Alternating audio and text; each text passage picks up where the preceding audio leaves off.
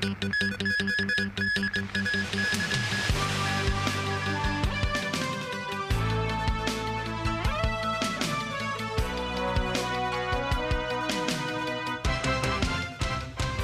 evening and welcome to TVB News. President Xi Jinping has signed a presidential order appointing Li Qiang as premier, succeeding Li Keqiang. Li's appointment was endorsed at a plenary meeting of the National Legislature this morning. Some 3,000 delegates also endorsed the new leadership for the Central Military Commission, including its vice chairman. The fourth plenary meeting of the first session of the 14th National People's Congress took place in Beijing this morning. Nearly 3,000 NPC deputies voted to approve the premiership nomination of Li Qiang by the newly elected President Xi Jinping. Xi was the first to place his ballot, followed by the 6 Politburo Standing Committee members and Vice President Han Zheng. Li garnered 2,936 supporting votes, with 3 opposing and 8 abstentions. He was officially appointed premier after President Xi signed a presidential decree.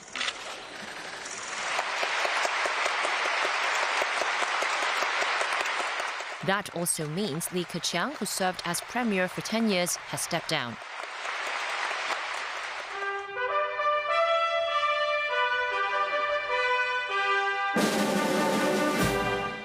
Li Qiang then took an oath of allegiance to the country's constitution. To safeguard the constitution authority, fulfill my legal obligations, be loyal to the country and the people, be committed and honest in my duty, accept the people's supervision, and work for a great modern socialist country that is prosperous, strong, democratic, culturally advanced, harmonious, and beautiful. The new state military leadership was also confirmed today. Zhang Youxia and He Weidong were endorsed as vice chairman of the Central Military Commission.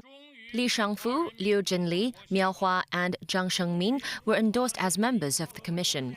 Liu Jingguo was elected director of the National Commission of Supervision. Zhang Jun was re-elected president of the Supreme People's Court, and Ying Yong, the new Procurator General of the Supreme People's Procuratorate. Meanwhile, another plenary meeting scheduled for tomorrow will decide on the appointment of leaders, including vice chairman of the State Council and departmental officials. The NPC also elected its standing committee members today. Starry Lee, chairwoman of the Democratic Alliance for the Betterment and Progress in Hong Kong, became the youngest delegate from the SAR to become an NPC standing committee member. During today's plenary meeting, out of 172 candidates, 159 standing committee members were elected to serve in the National Legislature for the new term. Starry Lee was the sole Hong Kong delegate. Lee secured 2,901 supporting votes, with 53 opposing and 3 abstentions. Taking over the post from Tam Yiu-chung, Lee thanked the country for its trust. It is my great honor to be able to be one of the members, and I understand that it is a great responsibility. The newly elected standing committee member said there were 3 main aspects to work on in future. Get in touch with different sectors of the community, listen to them, and so that I can design my work through different talks or seminars or sharings to let Hong Kong people understand more about the relationship between constitution and basic law, and also the national security law, to integrate further into the Greater Bay Area, especially because this is a great opportunity. The 48-year-old is the youngest to become a Hong Kong Standing Committee member to the NPC. Starry Lee was an accountant before she set foot in politics in 1999. She became a lawmaker in 2008 and in 2015 succeeded Tam Yiu-chung as chairman of the DAB. Since the city's handover to Chinese rule, several Hong Kong people have served in the National People's Congress Standing Committee. They include entrepreneur Zheng Hin-chi and former LegCo President Rita Fan. The first session of the 14th National Committee of the Chinese People's Political Consultative Conference concluded today. 4 resolutions were approved during the meeting. They include the resolutions on the amendment to the CPPCC Charter. Wang Huning, the new chairman of the nation's top political advisory body, delivered a speech. He said the CPPCC should continue to improve their grasp in politics, research, and coordination abilities. He added the body should continue the guiding principles under President Xi Jinping's thought on socialism with Chinese characteristics for a new era. Members should also stand firm in major issues and be bold in voicing their concerns. He also thanked outgoing CPPCC chairman Wang Yang for his important contributions. In other news now, government pandemic advisor Professor David Hui said the COVID pandemic has ended. He revealed that health authorities will discuss later this month whether COVID vaccines should be regularly administered to the public. Jackie Lin with more. On this very day, 3 years ago, the World Health Organization declared the COVID outbreak a global pandemic. Today, a familiar face in the city's battle against the novel coronavirus said Hong Kong's COVID pandemic is over. Speaking on the radio program, government health advisor Professor David Hui said this watershed moment has been corroborated by ongoing data in recent days. He noted local infections these days mainly involve the Omicron BA.5 and BA.2 variants, which are higher in transmissibility but lower in mortality rates. The number of severe cases and COVID-related deaths has remained in the single digits as well. Plus the low viral loads in sewage samples, Dr. Hui said the data reflected the COVID situation in the SAR is stable with a very strong immunity barrier. He said with the pandemic deemed over, the Center for Health Protection will discuss with a scientific committee at the end of this month on whether COVID jabs should be administered to the public on a regular basis. And they will take a cue from the outcome of the World Health Organization's meeting on COVID vaccination arrangements, also happening later this month. I guess the elderly, those who have chronic illness, those who are immunocompromised, they will definitely need to have regular jabs. But the frequency, we need to wait for the recommendation by the WHO, probably maybe every 12 months or so. Professor Hui also reflected on the city's 5th wave of the outbreak. Vaccine hesitancy was a big problem.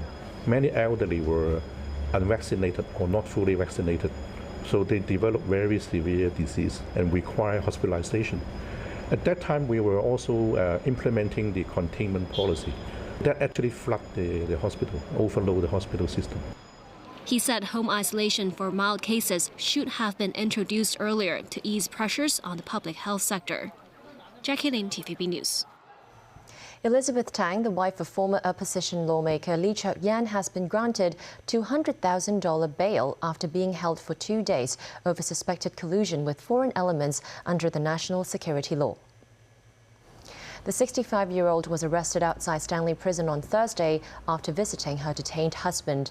Upon release, Tang told reporters that she did not understand why she was accused of violating the national security law.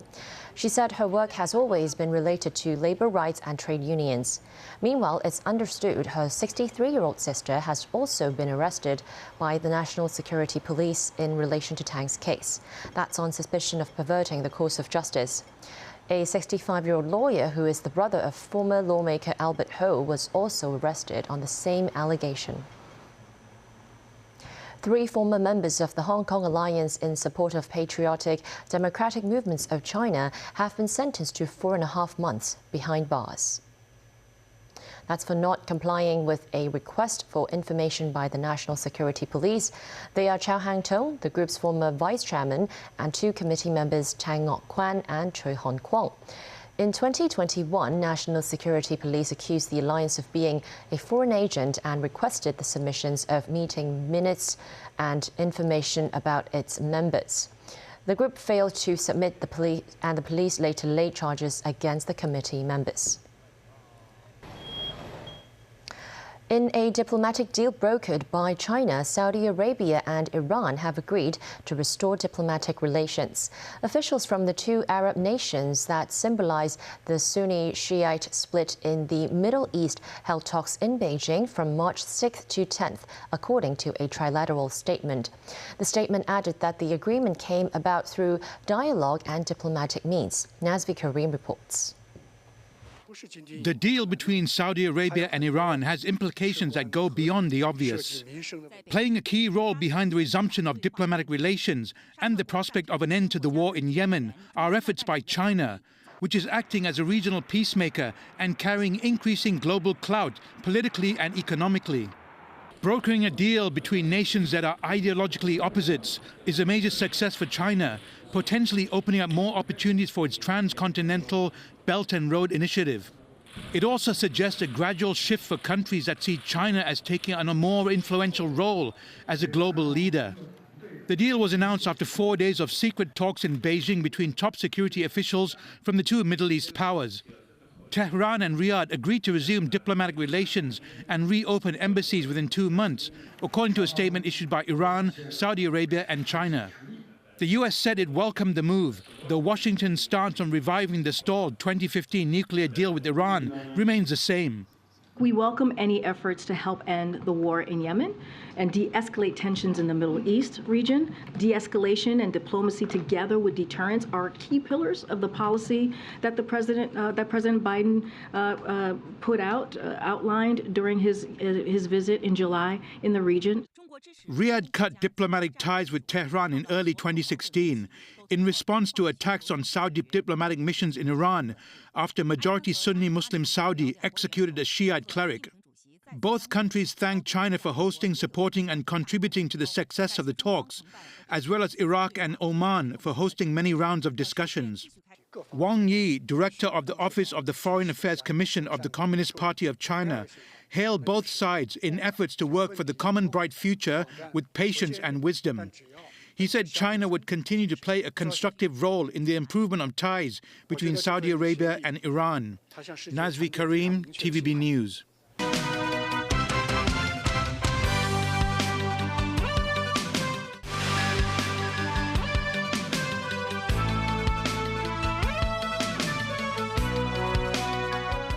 British Prime Minister Rishi Sunak and French Prime Minister Emmanuel Macron held a joint press conference in Paris on Friday. The two leaders announced a major agreement to jointly deal with migrants crossing the British Channel. Nazvi Karim reports.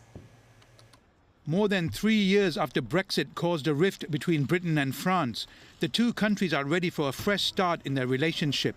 One of the first steps in restoring friendly ties is Britain's payment to France of £480 million over 3 years to stop migrants travelling in small boats across the Channel. The announcement was made at a joint press conference in Paris on Friday by British Prime Minister Rishi Sunak and his French counterpart Emmanuel Macron. If we're honest, the relationship between our two countries has had its challenges in recent years. But I believe today's meeting does mark a new beginning, an entente renewed. We are looking to the future, a future that builds on all that we share. The funds will help to enhance patrols, the use of drones and a detention centre for migrants. The two leaders also agreed to rebuild ties after years of bickering over Brexit. Saying it was time for a new start in British-French relations, Macron said the migrants deal will provide better surveillance and intervention capacity on French soil. Sunak's new policy on migrants has caused controversy back home, with the issue spilling onto the sports arena. I've got a train to catch. Former England football captain Gary Lineker has been suspended as host of the Match of the Day programme on the BBC for criticising the migrant policy on social media. The BBC said it considered Lineker's comments to be a breach of its guidelines on neutrality when it comes to government politics. The popular football programme will be without any anchors after fellow pundits Ian Wright, Alan Shearer and Alex Scott decided not to appear in solidarity with Lineker. Nazvi Karim, TVB News.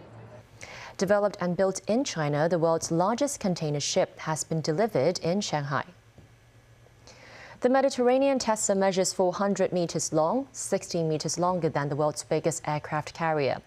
It also has a deck area equivalent to 4 standard football fields. It is able to carry 240,000 tons of cargo at one time. The ship will transport goods between China's Ningbo City and Rotterdam in the Netherlands, one of the world's busiest cargo shipping routes. Floods and wintry storms have hit the U.S., causing widespread disruption. California has seen extensive flooding with 9,000 people under an evacuation order. David Garrett reports. California, known as the Golden State for its sunshine, doesn't normally look like this in March. This footage uploaded to social media shows raging floodwaters that have encircled homes in Kern River. Heavy recent rains and melting snow have set off the raging floodwaters. In Soquel, south of San Francisco, there have been landslides. Even elderly residents say they have not seen this before. The cleanup operation is already in place and people are trying to adapt. Well, I was heading down to the gym at like 6:30 in the morning, and then I come down and I see all this caution tape, and I'm like, okay. And I just got out of my car. I had no idea what was going on. There was only like another person or two down here at that time. And walked out and saw that the road was gone. And I'm like, okay, guess I got to change my gym plans. In another part of the US, it is snow that is the problem. The latest winter storm made travel difficult across the city of Chicago and the surrounding area. Some suburbs north of the city have seen over 8 inches. Even snow plows were getting stuck. Crews at Detroit Metropolitan Airport were busy clearing snow from the runways. All the runways had to be closed temporarily and no planes could leave. David Garrett, TVB News. And that's the news. Thanks for watching.